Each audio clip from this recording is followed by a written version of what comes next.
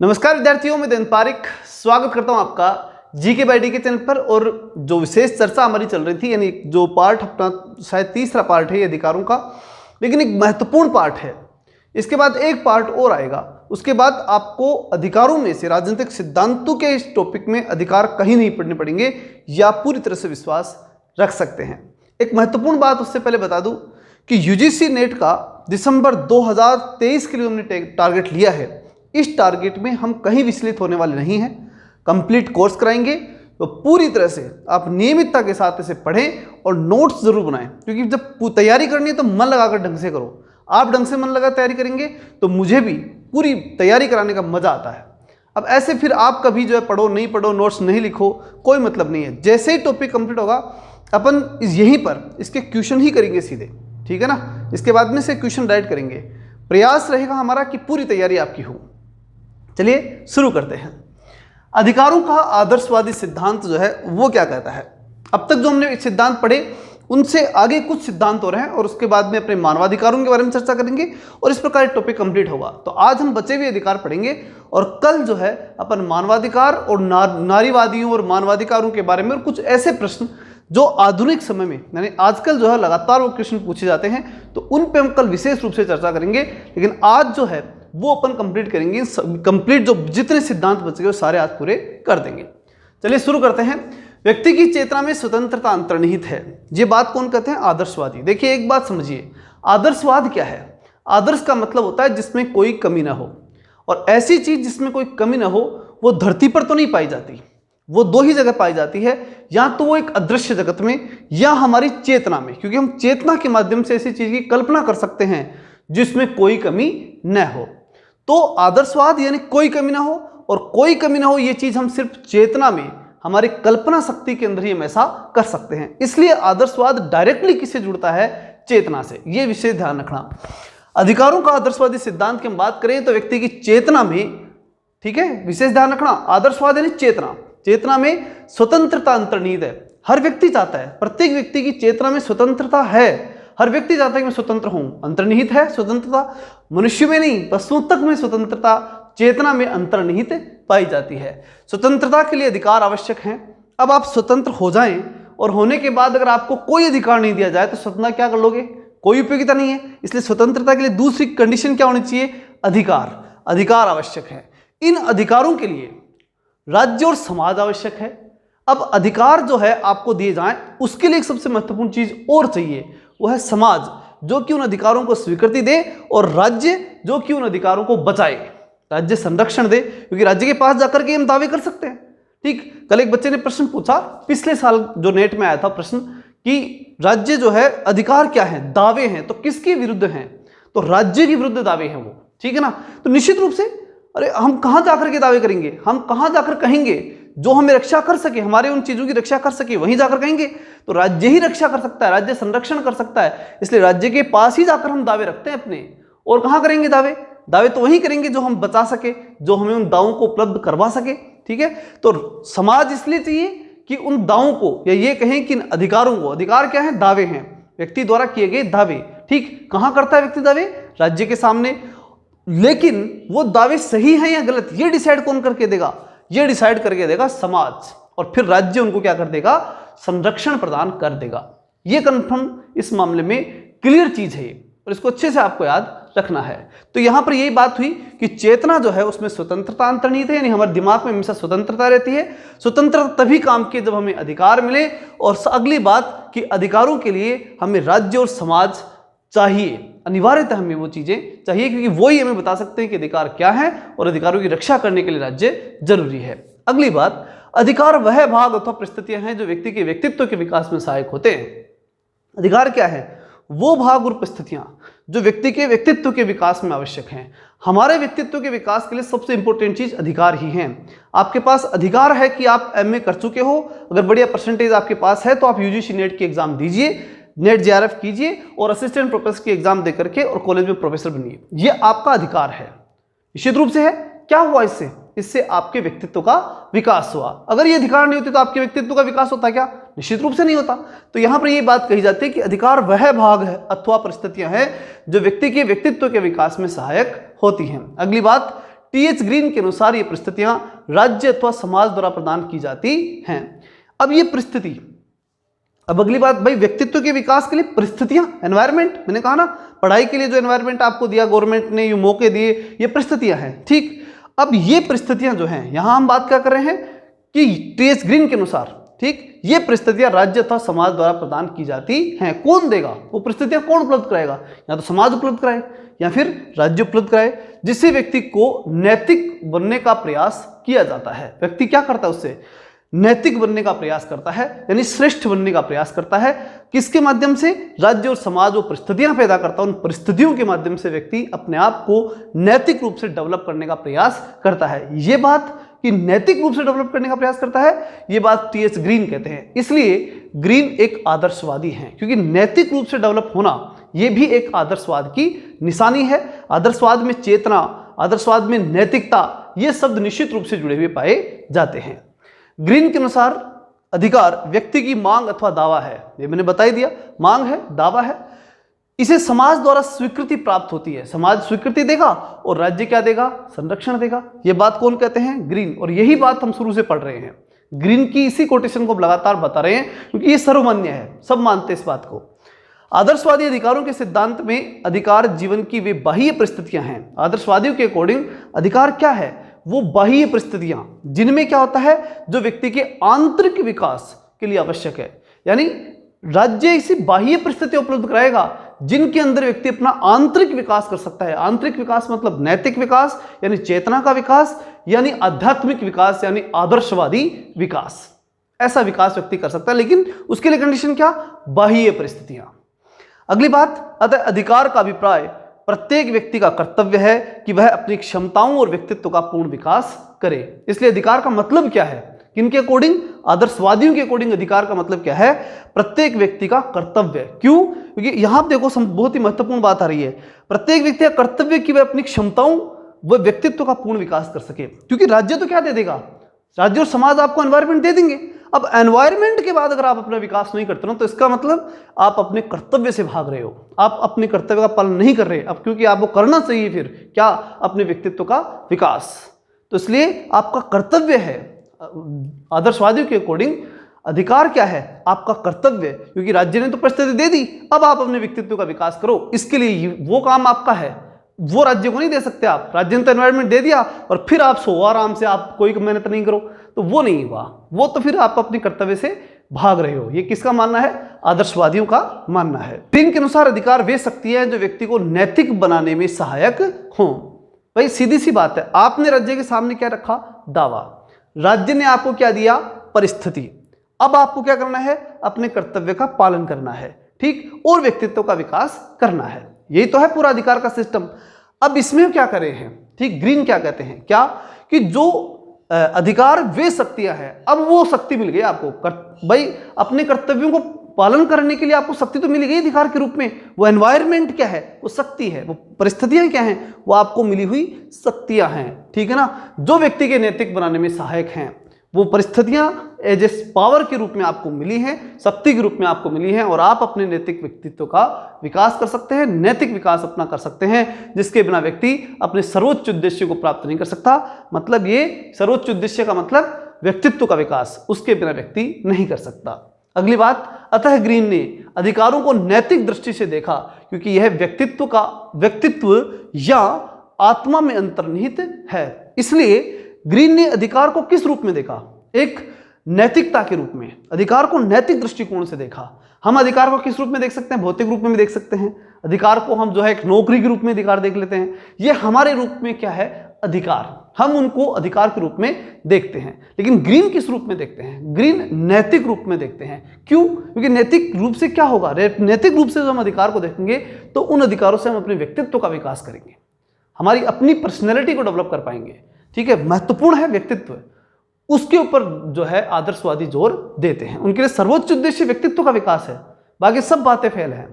ठीक है, और वो कहाँ होता है व्यक्तित्व के विकास के लिए? वो कहाँ होता है? हमारी आत्मा में। आत्मा में अंतर्निहित है सब कुछ, उनको डेवलप करेंगे तब व्यक्तित्व का विकास होगा।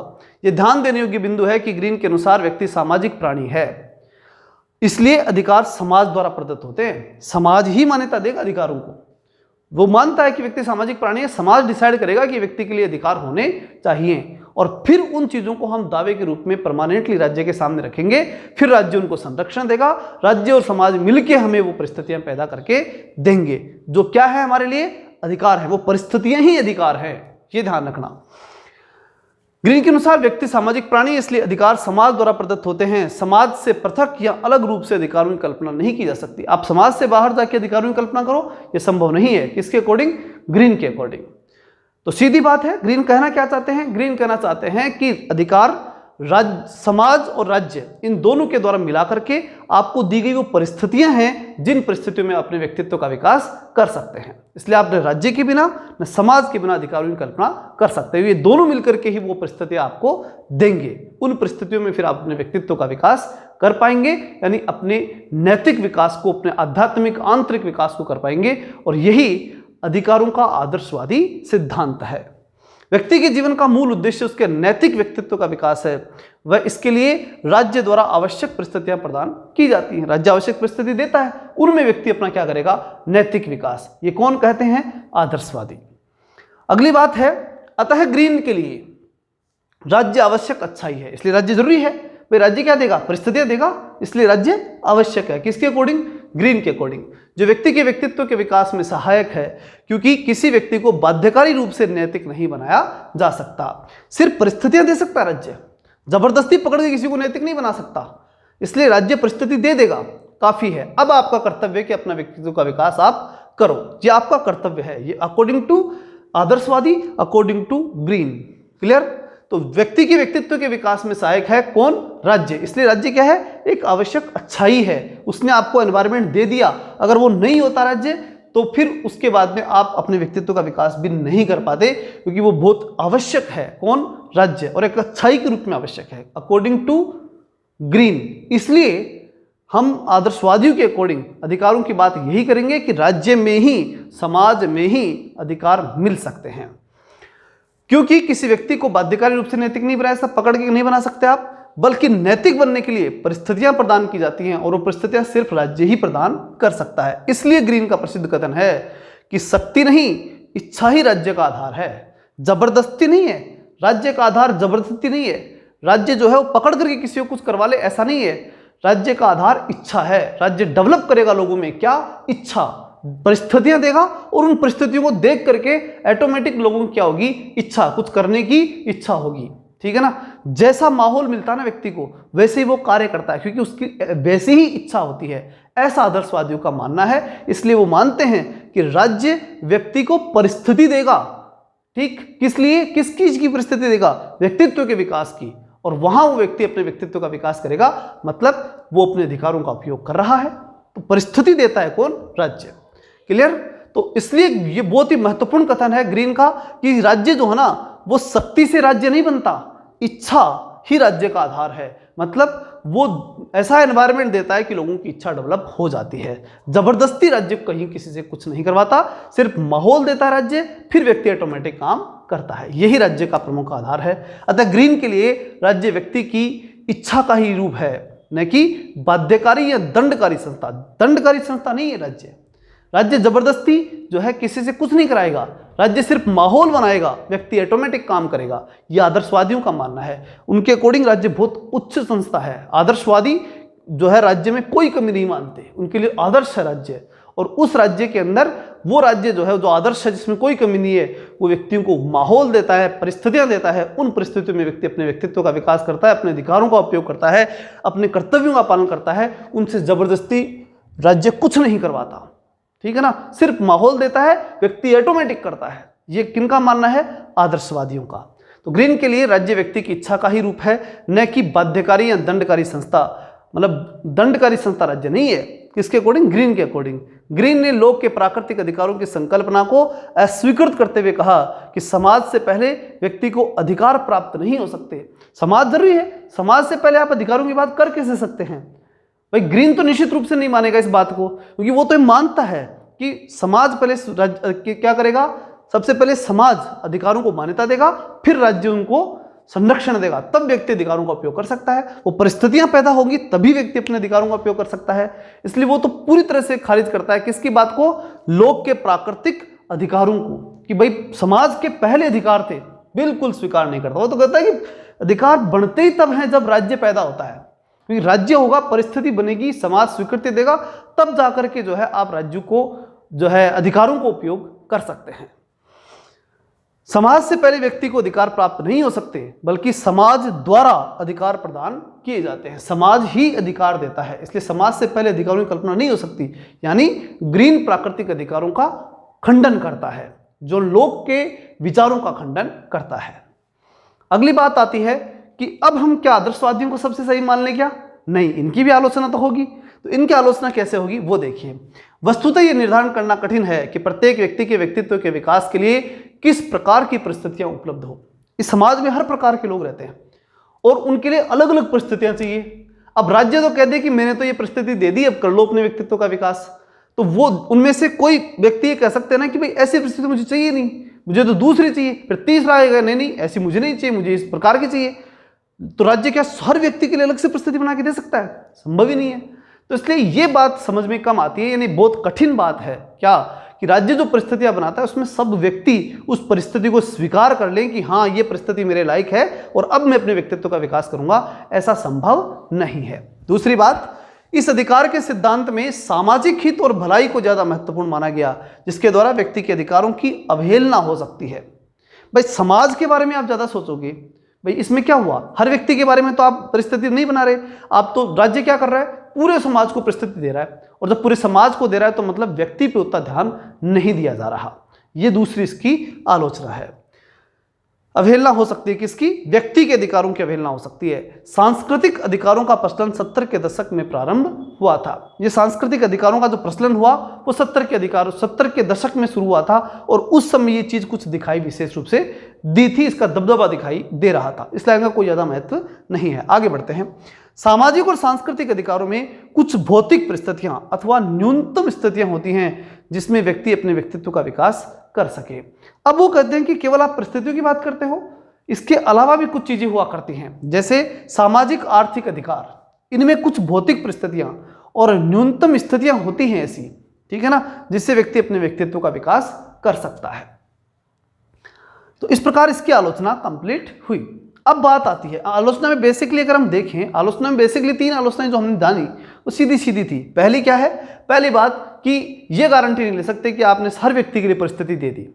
दूसरी बात ये कि समाज की भलाई की बात ज्यादा करते हैं, व्यक्ति की भलाई की कम करते हैं। और तीसरी बात कि केवल राज्य ही परिस्थितियां नहीं देता, ठीक है, राज्य और समाज नहीं देता, कई बार आर्थिक व्यवस्थाएं भी देती हैं, समाज की अन्य चीज जो हैं, इंस्टीट्यूट जो हैं, छोटी छोटी संस्थाएं समाज के अलावा भी जो समाज के अंदर हैं छोटी इंस्टीट्यूट, वो भी कई बार ऐसी परिस्थिति देती हैं जिनके माध्यम से व्यक्ति अपना व्यक्तित्व का विकास कर सकता है। इसलिए केवल राज्य ही व्यक्ति को मतलब ऐसी परिस्थिति देता है, ये बात समझ में नहीं आती। तो इस प्रकार 3 बातें जो है हम इसकी आलोचना के रूप में कर सकते हैं। अगली बात, अब जो महत्वपूर्ण सिद्धांत आता है वो आता है अधिकारों का उदारवादी और व्यक्तिवादी सिद्धांत। अब ये क्या है इसको देखना। भाई उदारवादी व्यक्तिवाद का मतलब क्या है? व्यक्ति के ऊपर जोर दिया जा रहा है, व्यक्ति को खुला छोड़ा जा रहा है। अभी हमने किस पे जोर दिया? अभी हमने जो दिया वो इस बात पर दिया कि राज्य जो है ना वो सर्वश्रेष्ठ है, राज्य ही एनवायरनमेंट दे सकता है, समाज ही एनवायरनमेंट दे सकता है, परिस्थितियां दे सकता है, और उन परिस्थितियों में ही व्यक्ति अपना विकास कर सकता है। ये तो थी किसकी बात? आदर्शवादियों की।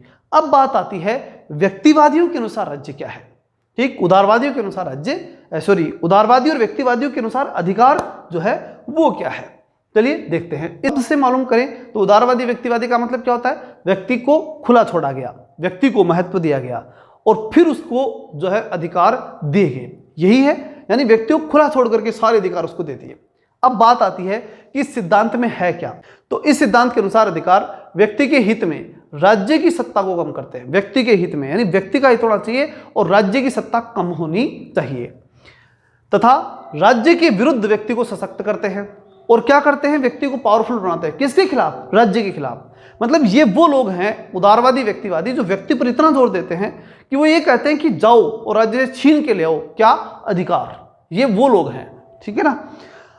व्यक्ति को स्वयं में उत्कृष्ट बनने में सहायक होते हैं और नागरिक समाज के आधार की रचना करते हैं। कौन? अधिकार। अधिकार जो हैं वो क्या करते हैं? व्यक्तिवादियों के अनुसार अधिकार क्या करते हैं? व्यक्ति को स्वयं में उत्कृष्ट बनने में सहायक होते हैं, स्वयं में व्यक्ति क्या बन सकता है, इन अधिकारों से उत्कृष्ट बन सकता है। बिल्कुल, ये तो हम सब भी मानते हैं। दूसरी, नागरिक समाज के आधार की रचना करते हैं और नागरिक समाज भी अधिकारों से बनता है, ये भी हम मानते हैं। लेकिन इनकी तो एक ही प्रॉब्लम है, ये कहते हैं कि जाकर के राज्य से छीन के ले आओ, आप बहुत बड़े हो। व्यक्ति को इतना इंपॉर्टेंस दे दिया इसने कि राज्य को बहुत नीचे इसने गिरा दिया। आदर्शवादियों ने राज्य को बहुत ऊपर बनाया था और ये कहा था कि राज्य ही देगा एनवायरमेंट।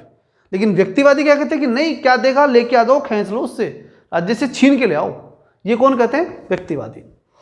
तो अधिकारों का जो उदारवादी व्यक्तिवादी सिद्धांत है वो दो लेखकों, कौन कौन से? जॉन रॉल्स और रॉबर्ट नोजिक, इनके विचारों से अत्यधिक प्रभावित हुआ। यानी ये जो सिद्धांत बना वो इन दोनों विचारों को लेकर के बना, ठीक है ना। ये विशेष रूप से आपको ध्यान रखना है। रॉबर्ट नोजिक मुक्त बाजार, उदारीकरण, न्यूनतम राज्य का समर्थन करते हैं। मतलब उदारीकरण होना चाहिए, बाजार मुक्त होना चाहिए, व्यक्ति चाहे वैसे अपने अधिकारों का उपयोग करे, ऐसा होना चाहिए, मतलब वही खुलापन इन्होंने। लेकिन ये जरूर है कि जो रॉबर्ट नोजिक ने काम किया वो विशेष रूप से बाजारीकरण पर या उदारीकरण के ऊपर विशेष रूप से रिसर्च की थी। लेकिन वो जो रिसर्च था वो व्यक्तिवादी उदारवादियों को बहुत ज्यादा इफेक्ट कर गया, उन लोगों ने उस चीज को बहुत ज्यादा अपनाया। तो एक तो नोजिक का इफेक्ट इनके ऊपर पूरा पड़ा। किस बात का पड़ा? तो मुक्त बाजार उदारीकरण का, और न्यूनतम राज्य, मतलब बाजार मुक्त होगा, राज्य उस बाजारीकरण के अंदर, या कहें कि बाजार में होने वाले व्यापार में राज्य हस्तक्षेप नहीं करेगा, व्यक्ति को खुला छोड़ेगा, तभी व्यक्ति अपने व्यक्तित्व का विकास कर सकता है, ऐसा इनका मानना था। फिर उसके बाद नोजिक क्या कहते हैं? नोजिक के अनुसार अधिकारों का प्रमुख स्रोत आत्मस्वामित्व के प्राकृतिक अधिकार का नियम है। आत्मस्वामित्व के प्राकृतिक अधिकार का, यानी अधिकार जो प्रमुख रूप से व्यक्ति को प्राप्त होते हैं ना, वो आत्मस्वामित्व से, यानी खुद के ऊपर खुद का नियंत्रण, इस बात से व्यक्ति को अधिकार प्राप्त होते हैं। ये बात कौन मानता है? नोजिक। जिसका अर्थ है प्रत्येक व्यक्ति को अपने आप में एक साध्य माना गया। हर व्यक्ति अपने आप में ईश्वर है, अपने आप में साध्य है, ठीक है ना, उसे किसी साधन की जरूरत नहीं है, वो साध्य है। हर व्यक्ति की इंपोर्टेंस ही है। व्यक्तिवादी यही मानते हैं। व्यक्तिवादी जोर किस पे देते हैं? व्यक्ति पर। हर व्यक्ति इंपॉर्टेंट है, इस बात पे जोर देते हैं। इसलिए नोजिक भी निश्चित रूप से इसी बात पर जोर देते हैं। बस इतना ध्यान रखना है आपको कि नोजिक मुक्त बाजार, उदारीकरण और न्यूनतम राज्य का समर्थन करता है, ठीक। तो एक बात और विशेष ध्यान रखने की, नोजिक के साथ साथ रॉल्स जो है वो भी उदारवादी व्यक्तिवादी सिद्धांत का समर्थक है। अब हम बात करते हैं अल्पसंख्यकों के अधिकारों की। जब अल्पसंख्यकों के अधिकारों की बात करते हैं तो एक महत्वपूर्ण शब्द आता है, वो है बहुसंस्कृतिवाद। मतलब ऐसे विचारक, बहुसंस्कृतिवादियों की हम बात करें तो वो लोग जो लोग ये मानते हैं कि समाज में कई संस्कृतियां रहती हैं और कई संस्कृतियों में कुछ लोग ऐसे होते हैं जो कि अल्पसंख्यक होते हैं, कम मात्रा में समाज में पाए जाते हैं, ठीक। तो उनके अधिकारों का विशेष ध्यान रखा जाना चाहिए। तो बहुसंस्कृतिवादियों ने अल्पसंख्यकों के अधिकारों का समर्थन किया और करते हुए क्या कहा कि जो उदारवादी हैं, जिनके बारे में अभी अपन ने पढ़ा, उदारवादी और स्वायत्त और स्वतंत्र व्यक्ति की कल्पना की जो बात की जाती है, स्वतंत्र व्यक्ति है चाहे जैसे करे, वो जो चीज है, यानी व्यक्ति स्वतंत्र है और उसको स्वतंत्र होने के कारण से अपने आप अधिकार उसे प्राप्त है, खुद के ऊपर खुद का अधिकार उसे प्राप्त है, राज्य उसके मामले में कोई अड़ंगा नहीं डालेगा, राज्य कोई हस्तक्षेप नहीं करेगा। इस बात को अल्पसंख्यकवादी ये कह सकते हैं कि बहुसंस्कृतिवादी अस्वीकार करते हैं, क्योंकि व्यक्ति मूलतः संस्कृति और समुदाय का सदस्य है। क्योंकि व्यक्ति किसका सदस्य है? एक संस्कृति है, एक समुदाय का, ठीक, पक्की बात है। वो तो किसी न किसी समुदाय का सदस्य तो है, किसी न किसी संस्कृति की तो के साथ तो वो फॉलो कर रहा है, ये तो पक्की बात है।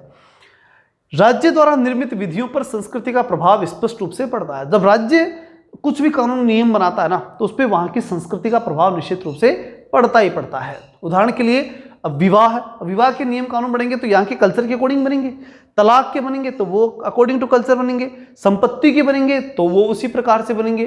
तो ये सब के सब जो है वो संस्कृति से इफेक्टेड होते हैं, यानी संस्कृति का इन अधिकारों के ऊपर इफेक्ट पड़ता है। तो जो बहुसंस्कृतिवादी हैं वो ये मानते हैं कि आप ये नहीं कह सकते कि व्यक्ति को फ्री छोड़ दिया और राज्य कुछ नहीं करेगा, नहीं, संभव ही नहीं है। राज्य अगर कोई भी कानून बनाएगा ना तो वो कानून वहां के लोगों की सभ्यता और संस्कृति के अकॉर्डिंग बनाएगा, यानी व्यक्ति किससे जुड़ा हुआ है? व्यक्ति समाज और संस्कृति से जुड़ा हुआ है और उस समाज संस्कृति के अकॉर्डिंग राज्य कानून निर्मित करता है। इसलिए व्यक्ति को अधिकार भी उस सभ्यता, समाज और संस्कृति के अकॉर्डिंग ही प्राप्त होते हैं। इसलिए राज्य द्वारा सामान्य हित की प्राप्ति का प्रयत्न किया जाता है। इसलिए हर व्यक्ति क्या चाहता है? हर व्यक्ति चाहता है कि राज्य से हम अपने हित प्राप्त कर ले, अपने टारगेट जो हैं, अपने जो उद्देश्य हैं वो पूरे करवा ले, जो मूलतः सांस्कृतिक सापेक्ष होते हैं। और वो सांस्कृतिक सापेक्ष होते हैं। हमारे यहाँ पर जो है वो राम मंदिर की जो है मांग की गई, वो क्या था, सांस्कृतिक सापेक्षिक मांग थी, और उस मांग को एक विशेष राजनीतिक दल ने सहयोग किया और जो है वो उसके बनाने में जो है सहयोग किया, प्रयत्न किया। तो ये क्या है कि सामान्य हित की प्राप्ति के लिए लोग क्या करते हैं, राज्य से डिमांड करते हैं, राज्य से प्राप्त करने की कोशिश करते हैं, जो मूलतः सांस्कृतिक सापेक्ष होते हैं, यानी संस्कृति से जुड़े हुए होते हैं। वह कभी कभी अन्य संस्कृतियों से संघर्ष होने की संभावना भी होती है। ऐसा भी दिखाई देता है कि भाई हिंदू कोई मांग कर रहे तो मुसलमानों से संघर्ष हो गया, मुस्लिम कुछ मांग कर रहे तो हिंदू से संघर्ष हो गया, ये भी स्वाभाविक है। अतः बहुसंस्कृतिवादियों ने उदारवादी लोकतंत्र का एक विकल्प प्रस्तुत किया। उन्होंने कहा कि ये संभव नहीं है, व्यक्ति को फ्री छोड़ दिया आपने, ये संभव नहीं है। व्यक्ति जो मांग करता है ना, वो अपने कल्चर के अकॉर्डिंग करता है, और जब वो कल्चर के अकॉर्डिंग करता है और उनके अकॉर्डिंग राज्य के सामने जाकर के दावे रखता है, तो पक्की बात है कि वो दावे किसी दूसरे कल्चर को, दूसरी संस्कृति को इफेक्ट कर जाते हैं, और वो फिर उसके सामने आगे खड़ी जाती है। वहां राज्य की जरूरत पड़ती है। आप राज्य के बिना जो है अधिकार नहीं दे सकते। तो इसलिए उन्होंने विकल्प दिया, किसका, उदारवादी लोकतंत्र का। किन्होंने, बहुसंस्कृतिवादियों ने एक विकल्प प्रस्तुत किया। उनके अनुसार समता का अभिप्राय अल्पसंख्यक समुदायों की समानता नहीं होती है। समता का मतलब, जो बहुसंस्कृतिवादी है वो ये मानते हैं कि समता का मतलब ये नहीं है कि भाई बहुसंख्यकों के बराबर अल्पसंख्यकों को अधिकार दे दिए, नहीं, इससे अल्पसंख्यक कभी भी बहुसंख्यकों के बराबर नहीं होंगे। ये किसका मानना है, बहुसंस्कृतियों का, वादियों का मानना। उनका मानना है कि जो अल्पसंख्यक है ना, वो नीचे रह जाते हैं, कम रहते हैं, तो इसलिए उनको सपोर्ट ज़्यादा दो, उनको अधिकार ज़्यादा दो। किनको, अल्पसंख्यकों को, तब जाकर के समाज में वास्तव में समानता आएगी। तो बहुसंस्कृतिवादियों ने उदारवादी लोकतंत्र का एक विकल्प प्रस्तुत किया। उनके अनुसार समानता का अभिप्राय अल्पसंख्यक समुदायों की समानता नहीं होती। समानता का मतलब ये नहीं है कि अल्पसंख्यकों को भी आपने उतने अधिकार दे दिए जितने बहुसंख्यकों के पास है, उससे समानता नहीं आएगी। इसलिए अल्पसंख्यकों की संस्कृति को संरक्षित करने के लिए विशेष अधिकारों की आवश्यकता होगी और विशेष अधिकार उनको देने चाहिए। ये बात कौन मानते हैं, बहुसंस्कृतिवादी। क्लियर, कि भाई समाज में कई संस्कृतियां होती हैं, उनमें अल्पसंख्यक होते हैं, इसलिए अल्पसंख्यकों का संरक्षण जरूरी है, क्योंकि उनको अगर आप कितने जो बहुसंख्यक के बराबर सब अधिकार देते हैं तो भी अल्पसंख्यक बहुसंख्यक के बराबर होता नहीं है, इसलिए उनको विशेष अधिकार देने चाहिए। ऐसा कौन मानता है, बहुसंस्कृतिवादी। अगली बात आती है, बहुसंस्कृतिवादियों के अनुसार राष्ट्र राज्य में संस्कृति को संरक्षित करने की आवश्यकता होती है। कि कोई भी राष्ट्र राज्य होता है, पहले नगर राज्य हुआ करते हैं, जैसे मेवाड़, मारवाड़, ठीक, या फिर मेरठ, ये क्या थे, नगर राज्य। अब राष्ट्र राज्य हैं, मतलब भारत एक राष्ट्र है और ये राज्य के रूप में है, ठीक है। तो इस प्रकार से राष्ट्र राज्य की संकल्पना चल रही है। तो वो कहते हैं बहुसंस्कृतिवादी, तो वो क्या कहते हैं कि राष्ट्र राज्य में संस्कृति को संरक्षित करने की आवश्यकता होती है। राष्ट्र राज्य में कई संस्कृतियां हो जाती हैं, जो नगर राज्यों की संस्कृतियां थी वो कई हो जाती है, तो उनको संरक्षित करना जरूरी होता है। वहाँ पर जो छोटे छोटे अलग अलग क्षेत्रों की, जैसे दक्षिण की द्रविड़ संस्कृति अलग हो सकती है, उत्तर की आर्यों की संस्कृति अलग हो सकती है, पूर्वोत्तर की संस्कृति अलग हो सकती है, जो रजवाड़ों की संस्कृति होती है वो अलग हो सकती है। तो विभिन्न संस्कृतियों को संरक्षित करना जरूरी है, किसके अकॉर्डिंग, बहुसंस्कृतिवादियों के अनुसार। और वो ये भी मानते हैं कि जो लोग अल्पसंख्यक हैं, बहुत कम वर्ग, कम मात्रा में, उनकी भी संस्कृति का संरक्षण होना चाहिए। तो हर प्रकार की संस्कृति के संरक्षण की आवश्यकता है बहुसंस्कृतिवादियों के अनुसार। इसलिए समाज में अल्पसंख्यकों की संस्कृति के संरक्षण की आवश्यकता है। विभेदकारी नागरिकता प्रस्तुत करते हुए बहुसंस्कृतिवादियों ने अल्पसंख्यकों के लिए 3 विशेष अधिकारों का समर्थन किया। विभेदकारी, यहां बहुत महत्वपूर्ण बात है, विभेदकारी नागरिकता प्रस्तुत की। किसने, बहुसंस्कृतिवादियों ने। उन्होंने विभेद किया नागरिकता में कि भाई जो अल्पसंख्यक है उनकी नागरिकता अलग प्रकार की है और बहुसंख्यक की नागरिकता अलग प्रकार की। ये कौन मानते हैं, बहुसंस्कृतिवादी। और वो कहते हैं, बहुसंस्कृतिवादियों ने अल्पसंख्यकों के लिए 3 विशेष अधिकारों का समर्थन किया। वो कहते थे कि अल्पसंख्यकों को 3 विशेष अधिकार मिलने चाहिए। कौन कहते हैं ये बात, बहुसंस्कृतिवादी। पहला, सांस्कृतिक अधिकार मिलना चाहिए उनकी संस्कृति के संरक्षण के लिए। स्वशासित सरकार का अधिकार मिलना चाहिए। बड़ा ही विवादित है ये कि खुद की अपनी सरकार और बनाने का और उसको चलाने का अधिकार होना चाहिए। तो ये संभव है क्या, संभव ही नहीं है। विशेष प्रतिनिधित्व का अधिकार, ये तो होता ही है, अलग अलग प्रकार के वर्ग होते हैं और उनको वो आरक्षण, जैसे अलग अलग अपनी पार्टियां बना लेते हैं, मुस्लिम लीग ये विशेष प्रकार की पार्टी हुई, अब वो लोग खड़े हो जाते हैं और वो चुनाव में जीतते होंगे। तो वो सब चीजें क्या है, विशेष प्रतिनिधित्व का अधिकार। तो ये 3 चीजें कौन डिमांड करते हैं, बहुसंस्कृतिवादी। तीनों में से 2 तो विवादित हैं और एक बात समझ में आती है, सांस्कृतिक अधिकार, स्वशासित सरकार का अधिकार और तीसरा विशेष प्रतिनिधित्व का अधिकार। ये कौन चाहते हैं तीनों अधिकार? बहुसंस्कृतिवादी चाहते हैं। किन के लिए? अल्पसंख्यकों के लिए। अगली बात, क्योंकि राज्य बहुमत समुदाय की संस्कृति को प्रकट करता है। राज्य किसको प्रकट करेगा? राज्य उसी समुदाय की संस्कृति को प्रकट करेगा जो बहुमत में है, क्योंकि राज्य चलता है बहुमत से। ठीक है, चाहे वो लोकतंत्र हो, चाहे लोकतंत्र न भी हो ना, तो राजतंत्र भी होता कभी, या फिर और भी व्यवस्था हो, तो भी बहुमत का ही दबाव रहता है सरकारों पर। ठीक है, तो राज्य बहुमत समुदाय की संस्कृति को ही प्रकट करता है। इसलिए अल्पसंख्यकों को सार्वजनिक जीवन में कुछ विशेष अधिकारों की आवश्यकता होती है। ये बात कौन मानते हैं? बहुसंस्कृतिवादी। ये बात इनकी सही है कि भाई बहुमत वाले ना, उनकी होती है गवर्नमेंट, तो चाहे वो कैसे भी हो। ठीक है, बहुसंख्यकों की गवर्नमेंट होती है, तो इसलिए अल्पसंख्यकों को अधिकार जरूरी है। उनके संरक्षण के लिए उनको अधिकार देने जरूरी है। उदाहरण के लिए कनाडा में सिखों ने हेलमेट पहनने में छूट देने की मांग की, क्योंकि वो अल्पसंख्यक थे सिख। उन्होंने मांग की और कनाडाई सरकार ने उनकी मांग को स्वीकृत कर लिया। और फिर इसी प्रकार से कनाडा में एशियाई मूल की महिलाओं को नर्सों की निर्धारित पोशाक में छूट चाहिए थी। भाई एशियाई मूल के लोग वैसे ड्रेस नहीं पहनती नर्स, जो कनाडा की नर्सेज पहनती हैं, तो उनको वहाँ छूट चाहिए थी, तो वो भी मिल गई। वो क्यों दी गई वो छूट? वो इसलिए दी गई कि वो अल्पसंख्यक हैं, उन्हें विशेष अधिकार चाहिए। ये मानते हुए उनको अधिकार दिए गए थे। ये बात कौन कर रहे हैं? बहुसंस्कृतिवादी। और वो चाहते हैं कि ऐसा हर राज्य में होना चाहिए। अतः उपरोक्त उदाहरण इस बात के प्रतीक है कि समानता का अभिप्राय सभी के साथ एक समान व्यवहार नहीं हो सकता। सबके साथ एक समान व्यवहार होने से समानता नहीं आएगी। कुछ लोगों के लिए विशेष प्रावधान आपको करने ही पड़ेंगे, तब जाकर के समानता आएगी। ये कौन मानते हैं? बहुसंस्कृतिवादी। अच्छा, बहुसंस्कृतिवादी हमेशा ध्यान रखना किसके समर्थक होते हैं? अल्पसंख्यकों के अधिकारों के। ये बात लगातार है। एक अन्य महत्वपूर्ण उदाहरण भी देख लेते हैं जो फ्रांस में देखा गया, जिसमें विभिन्न धर्मावलंबियों के धार्मिक प्रतीकों का प्रयोग सार्वजनिक स्थानों पर प्रतिबंधित कर दिया गया, जो अल्पसंख्यक समुदाय के लिए हानिकारक है। मतलब फ्रांस के अंदर क्या डिसाइड किया गया कि भाई आप अपने अपने समुदायों के जो प्रतीक है ना, वो लेकर के कोई सम्मेलन नहीं करेंगे। क्यों? क्योंकि ऐसा करेंगे तो अल्पसंख्यक टेंशन में आते हैं, तो इसलिए अल्पसंख्यकों के अधिकार को खतरा महसूस होता है। इसलिए आप किसी भी जो भी आप मतलब जैसे मान लो, सीधा सा यही मान लो, भारत के अकॉर्डिंग ही देख लो, जब मांग करते ही हैं लोग, बजरंग दल के ऊपर प्रतिबंध की बात करते हैं, वो क्यों करते हैं? वो इसीलिए करते हैं, उनके अकॉर्डिंग क्या है कि भाई जब वो रामनवमी का जुलूस निकालते तो अल्पसंख्यकों को डर पैदा होता है, ये उनका मानना है। हालांकि ऐसा भारतीय संस्कृति में है नहीं, और ऐसा कोई डर भी नहीं होता। एक किसी के बोलने से थोड़ी कोई कर देगा कि किसी ने जय बोल दिए, किसी ने कुछ और कर दिया और उससे किसी विशेष समुदाय को नुकसान हो गया, ऐसा होता नहीं। लेकिन कुछ राजनीतिक कारणों से उसको हवा दे दी जाती है, ये अलग बात है। तो इसी प्रकार से, लेकिन जो बहुसंस्कृतिवादी हैं वो ये मानते हैं कि भैया फ्रांस में भी ऐसा हुआ था कि सभी प्रतीकों पर प्रतिबंध लगवा दिए, क्योंकि अल्पसंख्यकों को टेंशन होने लगी थी। बहुसंस्कृतिवादियों ने केवल सांस्कृतिक रूप में विशेष अधिकारों का ही समर्थन नहीं किया, अपितु इन समुदायों को वित्तीय और आधारभूत सहायता देने का भी समर्थन किया। यानी बहुसंस्कृतिवादी क्या कहते हैं कि भाई अल्पसंख्यकों को अधिकार ही मत दो, बल्कि वित्तीय सहायता भी दो। कुछ और चीजें भी हैं जो एक्स्ट्रा अधिकारों के अलावा है, वो भी उनको देनी चाहिए। जैसे संग्रहालय, उनका अलग से संग्रहालय बना के दो। अल्पसंख्यक जो संस्थान है उनकी स्थापना करो। जो सार्वजनिक त्यौहार उनको बनाए जाते हैं उनके द्वारा, उनके अंदर सहायता करो। ये सब बातें हैं। कुल मिलाकर के बहुसंस्कृतिवादी अल्पसंख्यकों का समर्थन करते हैं।